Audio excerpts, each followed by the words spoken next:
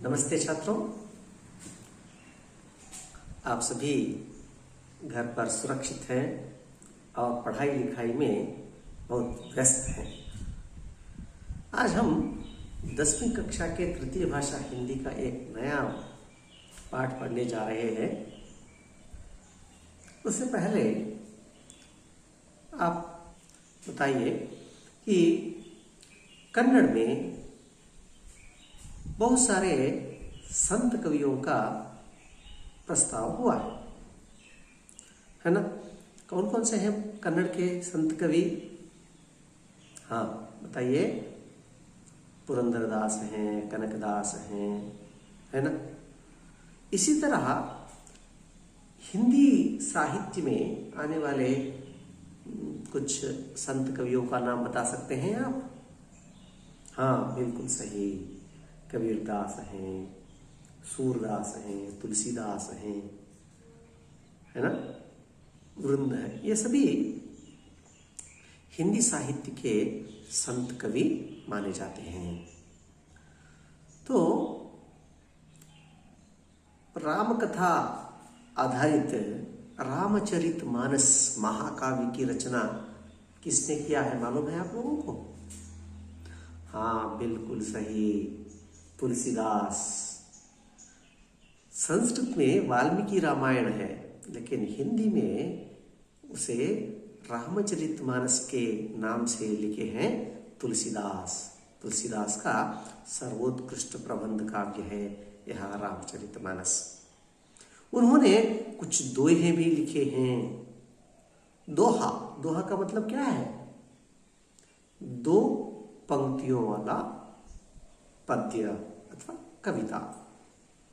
दो पंक्तियां होती है और 4 चरण होते हैं। ऐसे दोहों को तुलसीदास ने रचना की है। यहाँ 10वीं कक्षा में तुलसीदास के दोहे करके एक कविता है। आज हम इसका पढ़ाई करेंगे। छात्रों, आज हम तुलसी के दोहे पद्य को पढ़ेंगे। इन दोहों का आशय क्या है पहले देखेंगे। तुलसीदास जी ने इन दोहों में मुखिया के लक्षण, संत का स्वभाव आदि पर प्रकाश डाला है। ತುಳಸಿದಾಸರು ಈ ದೋಹೆಗಳ ಅಥವಾ ದ್ವಿಪದಿಗಳ ಮೂಲಕ ಏನನ್ನ ತಿಳಿಸಿದ್ದಾರೆ ಅಂತ ಹೇಳಿದ್ರೆ, ನಾಯಕನ ಲಕ್ಷಣ ಹೇಗಿರಬೇಕು, ಮುಖ್ಯಸ್ಥನಾಗಿರೋದು, ಮುಖ್ಯ ಅಂದರೆ ನೇತ, ನಾಯಕ, ಮುಖಂಡನ ಲಕ್ಷಣ ಹೇಗಿರಬೇಕು, ಸಂತಕ ಸ್ವಭಾವ, ಸಂತರು, ಸಾಧುಗಳು, ಸಂತರುಗಳು ಅವರ ಸ್ವಭಾವ ಹೇಗಿರಬೇಕು ಮುಂತಾದ ವಿಷಯಗಳ ಮೇಲೆ ಬೆಳಕನ್ನು ಚೆಲ್ಲಿದ್ದಾರೆ ಮಕ್ಕಳು। साथ ही उन्होंने दया, धर्म का महत्व, अभिमान, त्याग, विवेक युक्त व्यवहार, राम पर विश्वास, राम नाम जप इत्यादि का बखान करते हुए सुझाव दिया है कि इंसान को नीति युक्त जीवन बिताना चाहिए। ಇದರ ಜೊತೆಗೆ ತುಳಸಿದಾಸರು ದಯೆ ಮತ್ತು ಧರ್ಮದ ಬಗೆಗೆ, ಧರ್ಮದ ಮಹತ್ವದ ಬಗೆಗೆ, ಅಭಿಮಾನ ಅಂದರೆ ಅಹಂಕಾರ ಪಟ್ಕೊಳ್ಳೋದ್ರ ಪರಿಣಾಮದ ಬಗೆಗೆ, ತ್ಯಾಗ ಮತ್ತು ವಿವೇಕಯುಕ್ತವಾದ ವ್ಯವಹಾರ, ನಾವು ಹೇಗೆ ವ್ಯವಹರಿಸಬೇಕು, ತುಂಬ ವಿವೇಚನೆಯಿಂದ ವ್ಯವಹರಿಸೋದು ಹೇಗೆ, ಮತ್ತು ತ್ಯಾಗ ಮಾಡೋದ್ರಿಂದ ಸಿಗ್ತಕ್ಕಂತಹ ಅನುಕೂಲತೆಗಳೇನು, ರಾಮನ ಮೇಲೆ, ಶ್ರೀರಾಮನ ಮೇಲೆ ನಂಬಿಕೆ ಇಡಬೇಕು ಮತ್ತು ರಾಮನಾಮ ಜಪ ಮಾಡಬೇಕು ಮುಂತಾದ ವಿಷಯಗಳ ವರ್ಣನೆಯನ್ನು ಮಾಡ್ತಾ ನಮಗೊಂದು ಸಲಹೆಯನ್ನು ಏನು ಕೊಟ್ಟಿದ್ದಾರೆ ಅಂತ ಹೇಳಿದ್ರೆ, ಮಾನವನು ನೀತಿಯುತವಾದ ಜೀವನವನ್ನು ಕಳಿಬೇಕು, ನಡೆಸಬೇಕು ಅಂತ. ನೈತಿಕತೆಯ ಒಂದು ನೆಲೆಗಟ್ಟಿನ ಮೇಲೆ ನಮ್ಮಗಳ ಜೀವನ ಸಾಗಬೇಕು, ನೀತಿಯುತವಾಗಿರಬೇಕು. ನ್ಯಾಯ, ನೀತಿ, ಧರ್ಮಕ್ಕೆ ಅನುಗುಣವಾಗಿ ನಾವು ಏನು ಮಾಡಬೇಕು, ಜೀವನವನ್ನು ನಡೆಸಬೇಕು. ಜೀವನದಲ್ಲಿ ಇವುಗಳನ್ನು ನಾವು ಮರಿಬಾರ್ದು. ಈ ದೋಹೆಗಳ ಮೂಲಕ ಮಕ್ಕಳು ನಾವು ಏನು ಕಲಿತೀವಿ ಅಂತ ಹೇಳಿದ್ರೆ, कर्म करने और नैतिकता से जीवन बिताने की सीख प्राप्त कर सकते हैं. ನಮಗೆ ಈ ದೋಹೆಗಳಿಂದ ಏನು ಕಲಿಬೋದು ನಾವು ಅಂತ ಹೇಳಿದ್ರೆ, ಕೆಲಸ ಮಾಡಬೇಕು, ಸತ್ಕರ್ಮ ಒಳ್ಳೆಯ ಕೆಲಸಗಳನ್ನು ಮಾಡಬೇಕು ಮತ್ತು ನೈತಿಕತೆಯಿಂದ ಕೂಡಿದ ಜೀವನವನ್ನು ನಡೆಸಬೇಕು ಅನ್ನುವಂತಹ ಪಾಠವನ್ನು ನಾವು ಈ ದೋಹೆಗಳ ಮೂಲಕ ಕಲಿಬಹುದು. ಹಾಗಾದರೆ ನಾವು कवि परिचयವನ್ನು ಮೊದಲು ಮಾಡಿಕೊಳ್ಳೋಣ. इस कविता के कवि कौन है? गोस्वामी तुलसीदास हैं. छात्रों, अब हम तुलसीदास के परिचय प्राप्त कर लेंगे. गोस्वामी तुलसीदास हिंदी साहित्य के भक्ति काल की राम भक्ति शाखा के प्रमुख कवि हैं. यानी हिंदी साहित्य को हम 4 कालों में विभाजित करते हैं: आदिकाल, भक्ति काल, प्रीति काल और आधुनिक काल. इसमें भक्ति काल जो है, भक्ति काल को फिर से 2 भक्ति पंथों में विभाजित करते हैं: सगुण भक्ति धारा और निर्गुण भक्ति धारा. यानी भगवान को मूर्ति रूप में पूजने वाले, उसका वर्णन करने वाले सगुण भक्ति धारा कहलाते हैं, और निर्गुण भक्ति धारा यानी भगवान का कोई रूप आकृति नहीं है, इस तरह जो मानते हैं उन्हें निर्गुण भक्ति धारा के कवि मानते हैं. इस सगुण भक्ति धारा में फिर से राम भक्ति शाखा और कृष्ण भक्ति शाखा, यानी कुछ लोग श्री राम को अपना आराध्य देव मानकर उसका वर्णन करते हैं. ऐसे कवियों को राम भक्ति शाखा के कवि कहते हैं. और जो कवि कृष्ण को अपना भगवान मानकर उसका वर्णन जो करते हैं, ऐसे कवियों को कृष्ण भक्ति शाखा के कवि कहते हैं. तो तुलसीदास राम भक्ति शाखा के प्रमुख कवि हैं. तुलसीदास श्री राम के अनन्य भक्त कवि थे, इसलिए उन्हें राम भक्ति शाखा के प्रमुख कवि मानते हैं. हिंदी साहित्य के राम भक्ति शाखा के, भक्ति काल के राम भक्ति शाखा के प्रमुख कवि है तुलसीदास. तो देखिए उनका जन्म कहाँ हुआ और कब हुआ. उनका जन्म सन 1532 को उत्तर प्रदेश के राजापुर नामक गांव में हुआ था.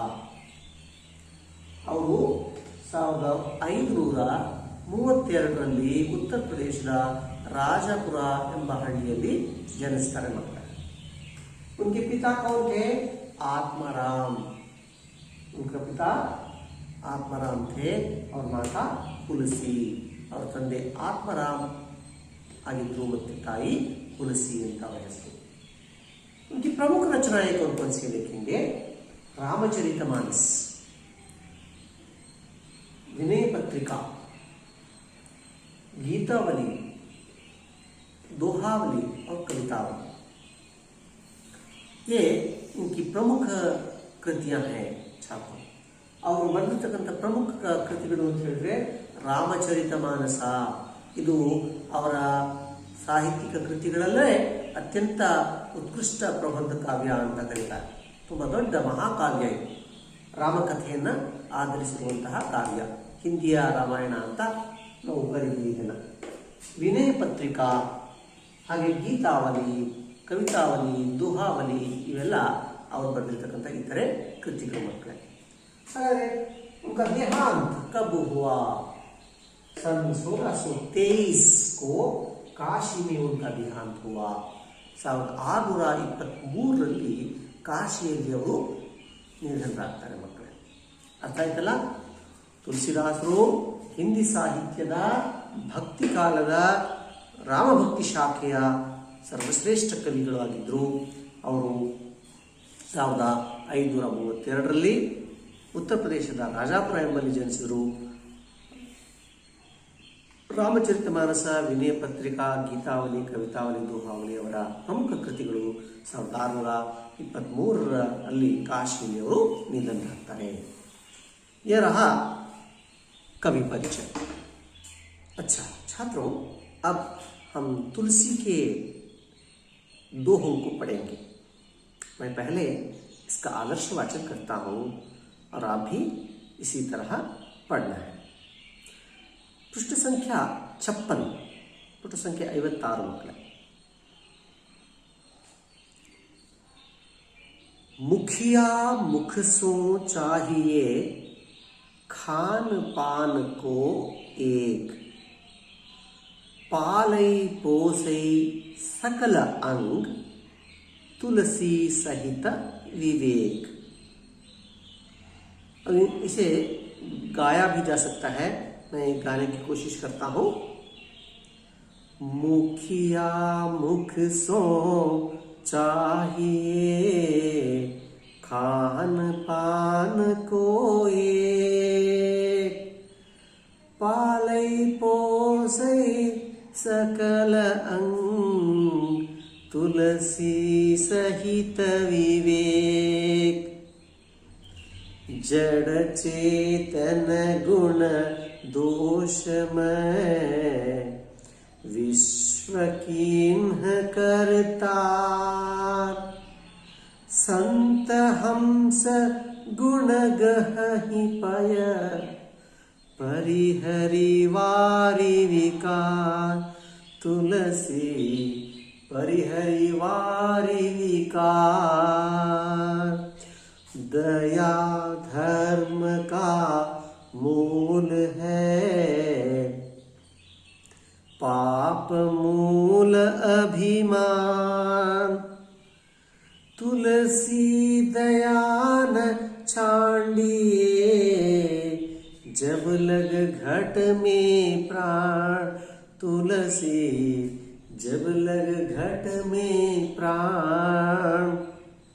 तुलसी साथी विपत्ति के विद्या विनय विवेक. साहस सुकृति सुसत्यव्रत राम भरोसो एक.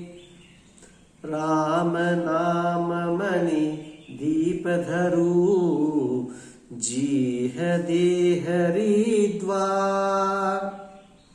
तुलसी भीतर बाहिरो जो चाहसी उजियार.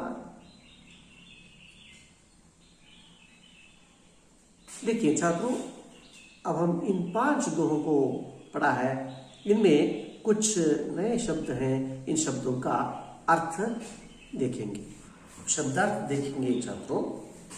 मुखिया, मुखिया का अर्थ है नेता, नायका, मुखंडा. सकल का मतलब है संपूर्ण. विश्व संसार जगत. कीन्ह ಅಂದ್ರೆ किया. कर्ता सृष्टिकर्ता. पय दूध. परिहरि त्याग. वारी पानी. घट शरीर.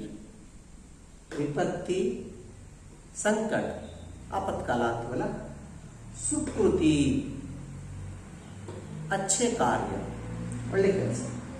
चाहसी चारों ओर सुतलू. अब हम दोहों का भावार्थ देखेंगे छात्रों. पहला दोहा, मुखिया मुख सो चाहिए. तुलसीदास कहते हैं मुखिया मुख अर्थात मुंह की तरह होना चाहिए. मुखिया का स्वभाव कैसा होना चाहिए? मुंह की तरह होना चाहिए. प्रस्तुत दोहे में तुलसीदास मुख अर्थात मुह और मुखिया दोनों की स्वभाव की समानता दर्शाते हुए लिखते हैं कि मुखिया को मुंह के समान होना चाहिए. ಈ ದೋಹೆಯಲ್ಲಿ ತುಳಸಿದಾಸರು ಮುಖಂಡ ಅಥವಾ ನಾಯಕನ ಸ್ವಭಾವವನ್ನು ಬಾಯಿಗೆ ಹೋಲಿಸ್ತಾರೆ ಮಕ್ಕಳು. ಬಾಯಿ ಜೊತೆಗೆ ಸಾಮ್ಯತೆಯನ್ನು ತೋರಿಸ್ತಾ ಹೇಳ್ತಾರೆ, ಮುಖ್ಯ ಅಂದರೆ ಮುಖಂಡನಾದವನು, ನಾಯಕನಾಗಿರುವವನು ಬಾಯಿನ ಹಾಗೆ इरबेकू. मुंह क्या करता है? मुंह खाने पीने का काम अकेला करता है, लेकिन वह जो खाता है पीता है उससे शरीर के सारे अंगों का पालन पोषण करता है. ಏನು ಮಾಡುತ್ತೆ ಬಾಯಿ? ಯಾಕೆ ನಾಯಕನನ್ನ ಬಾಯಿ ಥರ ಇರಬೇಕು ಅಂತ ಹೇಳ್ತಾರೆ ಅಂತಂದರೆ, ಬಾಯಿ ಮೂಲಕ ನಾವೆಲ್ಲ ಆಹಾರವನ್ನು ಸೇವಿಸ್ತೀವಿ, ನೀರನ್ನು ಸೇವಿಸ್ತೀವಿ. ತಿನ್ನೋದು ಬಾಯಿ ಒಂದೇ, ಆದರೂ ಅದು ಏನು ಮಾಡುತ್ತೆ? ಶರೀರದ ಎಲ್ಲ ಅಂಗಾಂಗಗಳನ್ನು ಕೂಡ ಪೋಷಣೆ ಮಾಡುತ್ತೆ. ಎಲ್ಲ ಅಂಗಾಂಗಗಳ ಬೆಳವಣಿಗೆಗೆ ಸಹಕಾರಿಯಾಗಿರೋದು ಯಾವುದು? ಬಾಯಿ ಅಲ್ವಾ? ಬಾಯಿ ಇಲ್ಲದೆ ಹೋಗಿದ್ರೆ ಅವುಗಳ ಬೆಳವಣಿಗೆಗೆ ಸಾಧ್ಯ ಆಗ್ತಿರಲಿಲ್ಲ. लेकिन वह जो खाता पीता है शरीर के सारे अंगों का पालन पोषण करता है. तुलसी की राय में मुखिया को भी ऐसे ही विवेकवान होना चाहिए कि वह काम अपनी तरह से करें, लेकिन उसका फल सभी में बांटें. ಬಾಯಿ ಹೇಗೆ ಎಲ್ಲರ ವಿಕಾಸಕ್ಕಾಗಿ ಬೆಳವಣಿಗೆಗಾಗಿ ಶ್ರಮಿಸುತ್ತೋ ಹಾಗೆ ನಾಯಕನಾಗಿರುವವನು ಕೂಡ ಎಲ್ಲರ ಹಿತವನ್ನು ಬಯಸಬೇಕು, ಎಲ್ಲರ ಹಿತಕ್ಕಾಗಿ ದುಡಿಬೇಕು. ಆದರೆ ಅದರ ಫಲ ಮಾತ್ರ ಎಲ್ಲರಿಗೂ ದೊರಕುವ ಹಾಗೆ ಅವನು ಬಯಸ್ತಾನೆ. ಇದರ ಫಲ ಎಲ್ರಿಗೂ ಸಿಗಲಿ, ತಾನೊಬ್ಬನೇ ತಿಂದು ಉಂಡು ಚೆನ್ನಾಗಿರಬೇಕು, ಅದರ ಫಲ ತನಗೊಬ್ಬರಿಗೆ ಇರಬೇಕು ಅಂತ ಬಯಸಬಾರ್ದು. ನೋಡಿ, ಈಗಿನ ನಾವು ಸಂದರ್ಭದಲ್ಲೂ ಕೂಡ ಇದರ ಪ್ರಸ್ತುತತೆಯನ್ನು ನಾವು ಕಾಣ್ಬೋದು ಮಕ್ಕಳೇ. ಈಗಿನ ನಮ್ಮ ನೇತಾರರೆಲ್ಲ ಹೇಗಿದ್ದಾರೆ? ಅವರು ಇರೋ ಬರೋದೆಲ್ಲ ತಮಗೆ ಬೇಕು. ಅಧಿಕಾರ ಬಂದ ತಕ್ಷಣ ಎಲ್ಲ ಅವರ ಸಂಪತ್ತು ಐಶ್ವರ್ಯ ಎಲ್ಲ ಎಷ್ಟೋ ಪಟ್ಟು ಹೆಚ್ಚಾಗ್ಬಿಡುತ್ತೆ 4-5 ವರ್ಷಗಳಲ್ಲಿ ಅಲ್ವಾ? ಎಷ್ಟು ಮಟ್ಟಿಗೆ ಅಂತ ಹೇಳಿದ್ರೆ ಅವ್ರು 2-3 ತಲೆಮಾರಿನಷ್ಟು ಕೂತ್ಕೊಂಡು ತಿನ್ನುವಷ್ಟು ಮಟ್ಟಿಗೆ ಅವರು ಸಂಗ್ರಹ ಮಾಡಿಕೊಳ್ತಾರೆ. ಅಂದರೆ ಬೇರೆಯವರು ಏನಾದರೂ ಪರವಾಗಿಲ್ಲ, ಅವ್ರಿಗೆ ಚಿಂತೆ ಇಲ್ಲ, ತಾವು ಮಾತ್ರ ಉದ್ಧಾರ ಆಗೋದನ್ನು ಮಾತ್ರ ಅವರು ನೋಡ್ಕೊಳ್ತಾರೆ. ಈಗಿನ ಕಾಲಕ್ಕೆ ಎಷ್ಟು ಪ್ರಸ್ತುತವಾಗಿದೆಯಲ್ಲ, ನಾಯಕನಾಗಿರ್ತಕ್ಕಂಥವನು ಹೇಗಿರಬೇಕು ಅಂತ ಸಮಾಜದ ಹಿತಕ್ಕಾಗಿ, ತಮ್ಮನ್ನು ಮತದಾನ ಮಾಡಿ ಗೆಲ್ಲಿಸಿರ್ತಕ್ಕಂತಹ ಪ್ರಜೆಗಳ ಹಿತಕ್ಕಾಗಿ ಅವರು ಶ್ರಮಿಸಬೇಕು, ನಿಸ್ವಾರ್ಥ ಸೇವೆಯನ್ನು ಮಾಡಬೇಕು. ಅದು ನಿಜವಾಗಿಯೂ ನಾಯಕನ ಲಕ್ಷಣ ಅನ್ನೋದನ್ನು ಹೇಳ್ತಾರೆ. दूसरा दोहा देखिए छात्रों, जड़ चेतन गुण दोषमय विश्व कीन्ह करतार संत हंस गुण गहहि पय परिहरि वारि विकार. जड़ चेतन गुण दोषमय विश्व किन्ह करतार. करतार यानी सृष्टिकर्ता इस संसार में क्या किया है, क्या बनाया है? जड़ है, चेतन है. यानी ಜಡ ಅಂದರೆ ನಿರ್ಜೀವ ವಸ್ತು ಇದೆ, ಜೀವಿಗಳು ಕೂಡ ಇದ್ದಾವೆ, ಚೈತನ್ಯದಿಂದ ಕೂಡಿರ್ತಕ್ಕಂಥ ಜೀವಿಗಳು ಇದ್ದಾವೆ. ಗುಣ ಅವ್ರ ದೋಷಮಯ, ಒಳ್ಳೆ ಗುಣನೂ ಇದೆ, ಕೆಟ್ಟ ಗುಣನೂ ಇದೆ. ಒಳ್ಳೆಯವರು ಇದ್ದಾರೆ, ಕೆಟ್ಟವರು ಇದ್ದಾರೆ. ಎಲ್ಲರನ್ನೂ ಕೂಡ ಇಲ್ಲಿ ಸೃಷ್ಟಿ ಮಾಡಿದ್ದಾನೆ ಸೃಷ್ಟಿಕರ್ತ. संत हंस गुण गह ही पय परिहरि वारि विकार। लेकिन यहां तुलसीदास प्रस्तुत दोहे में हंस पक्षी के साथ संत की तुलना करते हुए उसके स्वभाव का परिचय देते हैं। ಈ ದೋಹೆಯಲ್ಲಿ ತುಳಸಿದಾಸರು ಹಂಸ ಪಕ್ಷಿಯೊಂದಿಗೆ ಸಂತರ ಸ್ವಭಾವವನ್ನ ಹೋಲಿಸಿದ್ದಾರೆ ಮಕ್ಕಳೇ। सृष्टिकर्ता ने इस संसार को जड़ चेतन और गुणदोष में मिलाकर बनाया है, अर्थात इस संसार में अच्छे बुरे, सार निस्सार, समझ न समझ के रूप में अनेक गुण दोष भरे हुए हैं। लेकिन हंस रूपी साधु लोग विकारों को छोड़कर अच्छे गुणों को अपनाते हैं। ನೋಡಿ, ನೀವು ಒಂದು ಗ್ಲಾಸಲ್ಲೋ ಬಟ್ಲಲ್ಲೋ ಹಾಲನ್ನು ನೀರನ್ನು ಮಿಕ್ಸ್ ಮಾಡಿ ಹಂಸ ಪಕ್ಷಿ ಮುಂದೆ ಇಟ್ಟರೆ ಅದೇನು ಮಾಡುತ್ತಂತೆ, ನೀರನ್ನೆಲ್ಲ ಬಿಟ್ಟು ಹಾಲನ್ನು ಮಾತ್ರ ಹೀರ್ಕೊಳ್ಳುತ್ತಂತೆ। ಹಾಗೆ ಸಾಧುಗಳು ಈ ಸಂಸಾರ, ಈ ಜಗತ್ತಿನಲ್ಲಿ ಒಳ್ಳೆಯದು ಕೆಟ್ಟದ್ದು ಎರಡೂ ಇದೆ ಅಂತ ಹೇಳಿದ್ವಿ, ಅದರಲ್ಲಿ ಕೆಟ್ಟದ್ದನ್ನು ಬಿಟ್ಟು ಕೇವಲ ಒಳ್ಳೆಯ ಗುಣಗಳನ್ನು ಆರಿಸ್ಕೋಬೇಕು, ಒಳ್ಳೆಯ ಗುಣಗಳನ್ನು ತನ್ನದಾಗಿಸ್ಕೊಳ್ಬೇಕು, ಮೈಗೂಡಿಸ್ಕೊಳ್ಬೇಕು। ಸಾಧುಗಳಿಗೆ ಅದೇ ಸಂಪತ್ತು, ಒಳ್ಳೆಯ ಗುಣಗಳು, ಸದ್ಗುಣ, ಸಚ್ಚಾರಿತ್ರ್ಯ ಇದ್ದರೆ ಅವ್ರಿಗೆ ಸಮಾಜದಲ್ಲಿ ಗೌರವ ಇರುತ್ತೆ, ಅವ್ರು ಹೇಳ್ತಕ್ಕಂಥ ಮಾತಿನಲ್ಲಿ ನಂಬಿಕೆ ಬರುತ್ತೆ, ಹೌದಾ? ಅವರೇ ಸರಿ ಇಲ್ಲ ಅಂತ ಹೇಳಿದ್ರೆ, ಅವರೇ ಸುಳ್ಳು ಹೇಳ್ತಾರೆ ಅಥವಾ ಕೆಟ್ಟ ಕೆಲಸ ಮಾಡ್ತಾರೆ ಅಂತ ಹೇಳಿದ್ರೆ ಯಾರಾದರೂ ಗೌರವಿಸ್ತಾರೇನು? ಇಲ್ಲ ಅಲ್ವಾ? ಇಲ್ಲ, ಅವ್ರು ಮೊದಲು ಪರಿಶುದ್ಧರಾಗಿರಬೇಕು।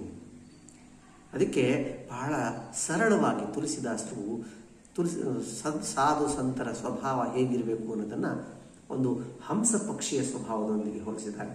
ಹೇಗೆ ಹಂಸ ಪಕ್ಷಿಯು ಹಾಲು ನೀರು ಎರಡೂ ಕೂಡ್ಕೊಂಡಿದ್ರೂ ಕೂಡ ನೀರನ್ನು ಬಿಟ್ಟು ಕೇವಲ ಹಾಲನ್ನು ಮಾತ್ರ ತೆಗೆದುಕೊಳ್ತದಲ್ಲ, ಹಾಗೆ ಸಾಧುಗಳು ಕೂಡ ಈ ಲೋಕದಲ್ಲಿ ಒಳ್ಳೆಯವು ಕೆಟ್ಟವು ಇರವೆ, ಆದರೆ ಒಳ್ಳೆಯದನ್ನು ಮಾತ್ರ ಆರಿಸ್ಕೋಬೇಕು, ಕೆಟ್ಟದ್ದನ್ನು ಕಣ್ಣೆತ್ತು ನೋಡಬಾರ್ದು, ಅದರ ಕಡೆ ಗಮನ ಕೊಡಬಾರ್ದು ಅಂತ। दया धर्म का मूल है, पाप मूल अभिमान। तुलसी दया न छांडिए, जब लग घट में प्राण। प्रस्तुत दोहे में तुलसीदास ने स्पष्टतः बताया है कि दया धर्म का मूल है। ಈ ದೋಹೆಯಲ್ಲಿ ತುಳಸಿದಾಸರು ಸ್ಪಷ್ಟವಾಗಿ ಏನು ಹೇಳಿದ್ದಾರೆ ಅಂತ ಹೇಳಿದ್ರೆ, ದಯೆ ಧರ್ಮದ ಮೂಲ. ನಮ್ಮ ಬಸವಣ್ಣವರು ಕೂಡ ಇದೆ ಅಲ್ವಾ ಹೇಳಿರೋದು, ದಯೆ ಧರ್ಮದ ಮೂಲವಯ್ಯ, ದಯವಿಲ್ಲದ ಧರ್ಮ ಉದಯ ಅಂತ. ಯಾವುದೇ ಒಂದು ಧರ್ಮ ಇರಲಿ, ಆ ಧರ್ಮಕ್ಕೆ ಆಧಾರ ಯಾವುದಾಗಿರಬೇಕು? ದಯೆಯಾಗಿರಬೇಕು. ದಯೆ ಇಲ್ಲದ ಧರ್ಮ ಅದು ಏನು ಮಾಡಲು ಸಾಧ್ಯ?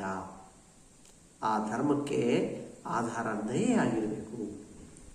और पाप अभिमान पाप का मूल है।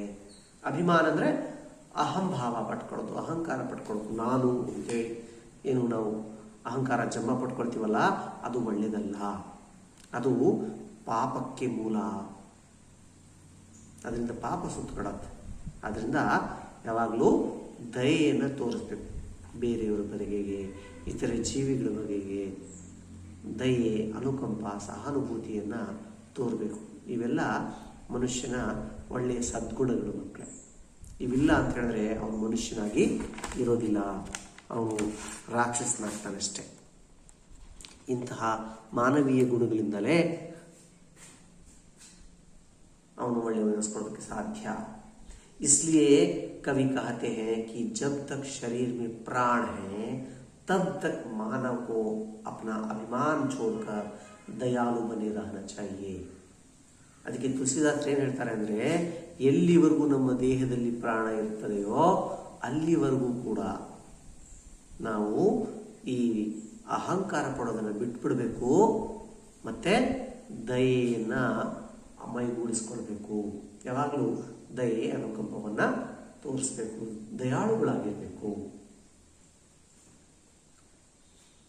ಇನ್ನು 4ನೇ ದೋಹೆ ನೋಡೋದಾದರೆ ಏನು ಹೇಳ್ತಾರೆ 4ನೇ ದೋಹೆಯಲ್ಲಿ? ತುಳಸಿ ಸಾಥಿ ವಿಪತ್ತಿಗೆ, ತುಳಸಿ ಸಾಥಿ ವಿಪತ್ತಿಗೆ ವಿದ್ಯಾ ವಿನಯ ವಿವೇಕ್ साहस सुकृति सुसत्यव्रति राम भरोसो एक। ये प्रस्तुत दोहे में तुलसीदास जी कह रहे हैं कि मनुष्य पर जब विपत्ति पड़ती है तब विद्या विनय तथा विवेक ही उसका साथ निभाते हैं। ಈ ದೋಹೆಯಲ್ಲಿ ತುಳಸಿದಾಸರು ಏನು ಹೇಳ್ತಾ ಇದ್ದಾರೆ ಅಂದರೆ, ನಮಗೆ ಯಾವಾಗಲೇ ಕಷ್ಟ ಆಪತ್ತು ಒದಗಿದಾಗ, ಸಂಕಟ ಬಂದಾಗ ನಮಗೆ ಸಹಾಯಕ್ಕೆ ಬರತಕ್ಕಂತಹ ಗೆಳೆಯರು ಯಾರಪ್ಪ ಅಂತ ಹೇಳಿದ್ರೆ ವಿದ್ಯೆ, ವಿನಯ ಮತ್ತು ವಿವೇಕ. ವಿದ್ಯೆ ಜ್ಞಾನ ಇದ್ದರೆ ಎಲ್ಲಿ ಬೇಕಾದರೂ ಹೋಗಿ ಜೀವನವನ್ನು ಮಾಡ್ಕೋಬಹುದು. ಹಾಗೆ ವಿನಯವಂತಿಕೆ ಇರಬೇಕು, ತಗ್ಗಿ ಬಗ್ಗಿ ನಡೆಯುವಂತಹ ಒಂದು ಮೆದು ಸ್ವಭಾವ. ತಥಾ ವಿವೇಕ್, ವಿವೇಚನೆ ಇರಬೇಕು, ನಮಗೆ ವಿವೇಕ ಇರಬೇಕು. ಯಾವುದು ಸರಿ, ಯಾವುದು ತಪ್ಪು, ಯಾವ ಟೈಮಲ್ಲಿ ಏನು ಮಾಡಬೇಕು, ಹೇಗೆ ನಡ್ಕೊಳ್ಬೇಕು ಅನ್ನುವಂಥ ವಿವೇಕ ಇರಬೇಕು. ಸೊ ಈ ಗುಣಗಳಿದ್ದರೆ ಇವು ನಮ್ಮ ನಿಜವಾದ ಆಪತ್ಕಾಲದ ಗೆಳೆಯರು ಅಂತ ಹೇಳ್ತಾರೆ ತುಳಸಿದಾಸರು. ಎಂತಹ ಸಂಕಷ್ಟ ಬಂದರೂ, ಎಂತಹ ಆಪತ್ಕಾಲ ಒದಗಿ ಬಂದರೂ ಈ ಗುಣಗಳು ನಮ್ಮಲ್ಲಿದ್ದರೆ ನಾವು ಯಾವುದೇ ತೊಂದರೆ ಇಲ್ಲದೆ ಆ ಕಷ್ಟಗಳಿಂದ ಪಾರಾಗಬಹುದು. जो राम पर भरोसा करता है वह साहसी सुसत्यव्रती और सुकृतवान बनता है. ಮತ್ತು ಶ್ರೀರಾಮನ ಮೇಲೆ ಅಚಲವಾದ ವಿಶ್ವಾಸ, ನಂಬಿಕೆಯನ್ನು ಇಡಬೇಕು. ಯಾರು ಶ್ರೀರಾಮನ ಮೇಲೆ ನಂಬಿಕೆಯನ್ನು ಇಡ್ತಾರೋ ಅವರು ನಿಜವಾಗಿಯೂ ಸಾಹಸಿಗಳಾಗಿರ್ತಾರೆ, ಧೈರ್ಯವಂತರಾಗಿರ್ತಾರೆ ಮತ್ತು ಸತ್ಯವ್ರತಿ, ಸತ್ಯವನ್ನೇ ಅವರು ನುಡಿತಾರೆ. ಸತ್ಯವನ್ನು ನುಡಿಯುವುದನ್ನೇ ತಮ್ಮ ವ್ರತವನ್ನಾಗಿಸ್ಕೊಳ್ತಾರೆ. ಅವರನ್ನು ಸತ್ಯವ್ರತಿ ಅಂತ ಕರಿತೀವಿ. ಅಂದರೆ ಅವರು ಯಾವತ್ತೂ ಸುಳ್ಳಾಡೋದಿಲ್ಲ, ಸತ್ಯವನ್ನೇ ಹೇಳ್ತಾರೆ.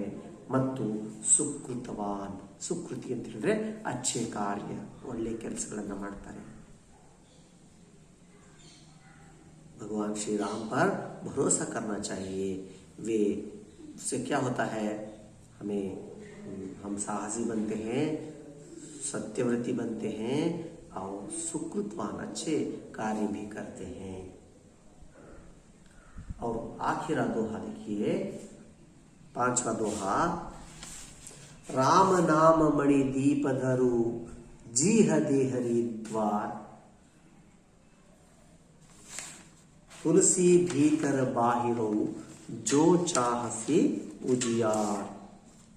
प्रस्तुत दोहे के द्वारा तुलसीदास जी कहते हैं कि जिस तरह देहरी पर दिया रखने से घर के भीतर तथा आंगन में प्रकाश फैलता है, उसी तरह राम नाम जपने से मानव की आंतरिक और बाह्य शुद्धि होती है.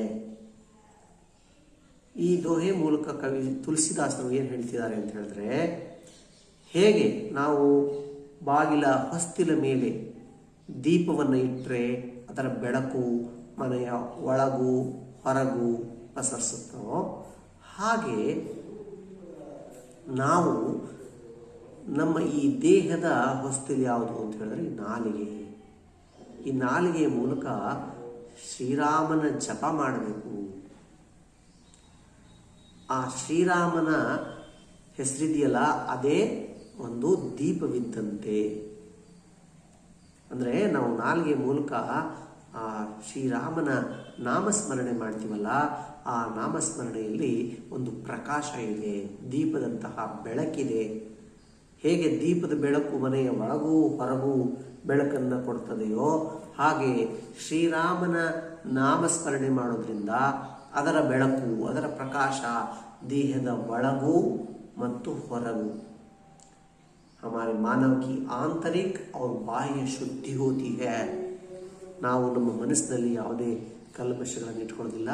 ನಾವು ಶುದ್ಧರಾಗ್ತೇವೆ ಮತ್ತೆ ನಮ್ಮ ಆಂತರಿಕ ಶುದ್ಧಿಯೂ ಆಗುತ್ತೆ ಮತ್ತು ಬಹಿರಂಗ ಶುದ್ಧಿಯೂ ಕೂಡ ಆಗುತ್ತೆ ಅಂತ ಹೇಳ್ತಾರೆ. अच्छा, तो इस पद्य के प्रश्नोत्तर देखेंगे छात्रों. मुखिया को किसके समान रहना चाहिए? ಮುಖಂಡನು ಯಾರ ಸಮನಾಗಿ ಇರಬೇಕು, ಯಾರ ತರ ಇರಬೇಕು? ಮುಖಿಯಾ को मुंह के समान रहना चाहिए. ಮುಖಂಡನಾದವನು ಬಾಯಿಯ ಹಾಗಿರಬೇಕು. मुंह किसका पालन पोषण करता है? ಬಾಯಿಯು ಯಾರ ಪಾಲನೆ ಪೋಷಣೆ ಮಾಡುತ್ತೆ? मुंह शरीर के सभी अंगों का पालन पोषण करता है. ಬಾಯಿಯು ತಾನು ಮಾತ್ರ ಆಹಾರವನ್ನ ನೀರನ್ನ ಸೇವಿಸಿದ್ರು ಶರೀರದ ಎಲ್ಲ ಅಂಗಾಂಗಗಳನ್ನು ಕೂಡ ಪಾಲನೆ ಪೋಷಣೆ ಮಾಡುತ್ತೆ. दया किसका मूल है? दया धर्म का मूल है. दया धर्म का मूल है. पाप का मूल क्या है? पाप का मूल अभिमान है. दयೆಯು ಧರ್ಮದ ಮೂಲವಾದರೆ ಅಭಿಮಾನ पापದ मूल. हाँ, 5वां प्रश्न देखिए. विपत्ति के साथी कौन है? आपत्कालದ ಗೆಳೆಯರು ಯಾರು? विद्या, विनय, विवेक, ये विपत्ति के सच्चे साथी हैं. राम नाम जपने से क्या होता है? ರಾಮನಾಮವನ್ನ ಸ್ಮರಣೆ ಮಾಡಿದ್ರೆ, ಜಪ ಮಾಡಿದ್ರೆ ಏನ್ ಸಿಗುತ್ತೆ ಅಂತಂದ್ರೆ, राम नाम जपने से मानव की आंतरिक और बाह्य शुद्धि होती है. ರಾಮನಾಮ ಸ್ಮರಣೆ ಮಾಡೋದ್ರಿಂದ ಮಾನವನ ಆಂತರಿಕ ಶುದ್ಧಿ ಮತ್ತು बहिरंग शुद्धि ಆಗ್ತದೆ. यहाँ एक क्रियाकलाप देखेंगे. अनुरूपता. दया धर्म का मूल है. दया किसका मूल है? धर्म का मूल है. तो पाप किसका मूल है? अभिमान का मूल है.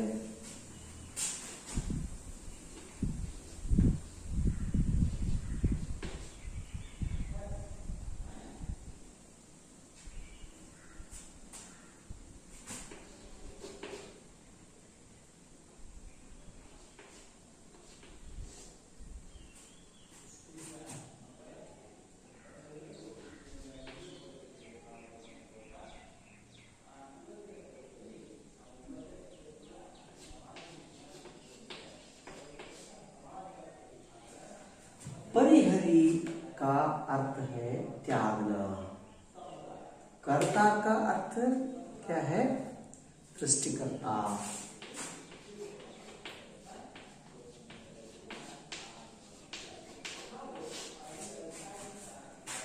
जीह का अर्थ है जीभ. देहरी का अर्थ क्या है? दहलीज.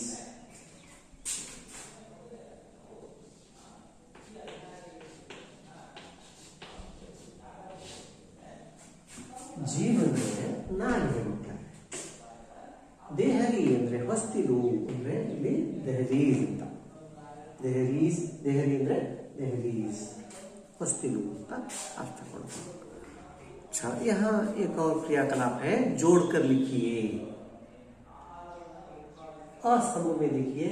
विश्व कीन्ह परिहरी वारी जब लग घट सुसत्य व्रत. बस समूह में देखिए. विकार, कर्ता, राम भरोसो एक, में प्राण. तो कौन कौन से शब्द या वाक्यांश किनसे मिलते हैं? विश्व कीन्ह कर्ता है ना. परिहरिवारी विकार. जब लग घट में प्राण. सुसत्य व्रत राम प्रोसो एक। इस तरह उन्हें जोड़कर लिखना है छात्रों। यहाँ एक और क्रियाकलाप है छात्रों, विलोम शब्दों को ढूंढना है। उचित विलोम शब्द पर सही का निशान यानी राइट मार्क लगाना चाहिए। शब्द देखिए, विवेक। विवेक का विलोम शब्द सेवक है या अविवेक है?